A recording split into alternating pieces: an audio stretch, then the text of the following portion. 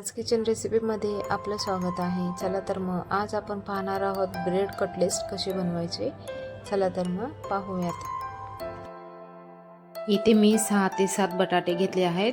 आता त्याला स्वच्छ धुवून कुकरमध्ये शिजवण्यासाठी ठेवून देऊयात। हे बघा शिजून झालेले आहेत। आता आपण त्याला एका किसणीने चांगलं किसून घेऊयात। त्यानंतर इथे मी मिक्सरच्या भांड्यामध्ये 7 ते 8 मिरच्या घेतलेल्या आहेत।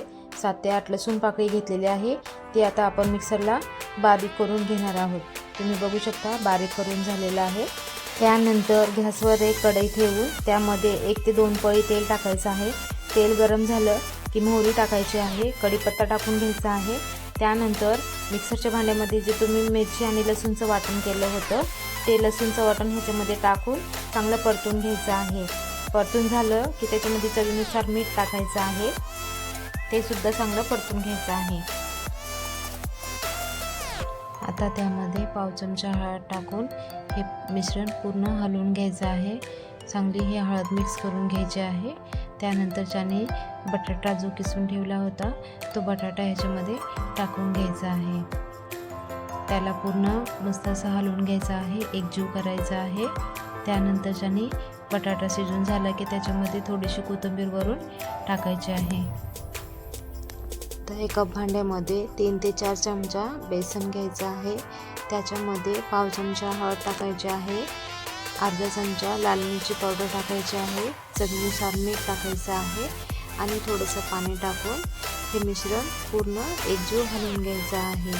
जास्त पातळ नाही करायचं, हे थोडंसं घट्टच ठेवायचं आहे। त्यानंतर आता गॅसवर कढई ठेवून आपण त्याच्यामध्ये तेल टाकून हे गरम करायला ठेवणार आहोत। त्यानंतर ब्रेडच्या स्लाइसला एका स्पॅच्युलाच्या साहाय्याने बटाट्याची जी भाजी आहे ती चारही बाजूने अशी लावून घ्यायची आहे, व्यवस्थित अशी लावायची आहे। त्यानंतर दुसरी ब्रेडची जी स्लाइस आहे ती त्याच्यावरती ठेवून त्याला दाबून अशी मधोमध कट करून घ्यायची आहे। तुम्ही बघू शकता।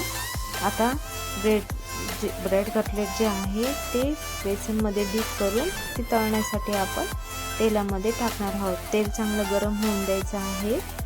त्यानंतर ज्याने कटलेट त्याच्यामध्ये टाकून मस्त असं हे तळून घ्यायचं आहे। दुसऱ्या पण ब्रेड आपण बेसनमध्ये डीप करून त्याला सुद्धा तळून घ्यायचं आहे। खालची बाजू तळून झाली की त्याला एका झाऱ्याच्या साहाय्याने उलटं करून दोन्ही बाजूने असं तळून घ्यायचं आहे। तुम्ही बघू शकता मस्त असे हे कटलेट्स तयार आहेत। आता आपण ह्याला एका प्लेटमध्ये काढून घेऊयात। तुम्ही बघू शकता मस्त असे हे कटलेट बनवून तयार आहेत। तुम्ही पण एकदा नक्की घरी ट्राय करा। आवडल्यास नक्की लाईक करा, शेअर करा, कमेंट करा आणि चॅनलला सबस्क्राईब करायला विसरू नका। भेटूयात नेक्स्ट रेसिपीमध्ये। Bye bye.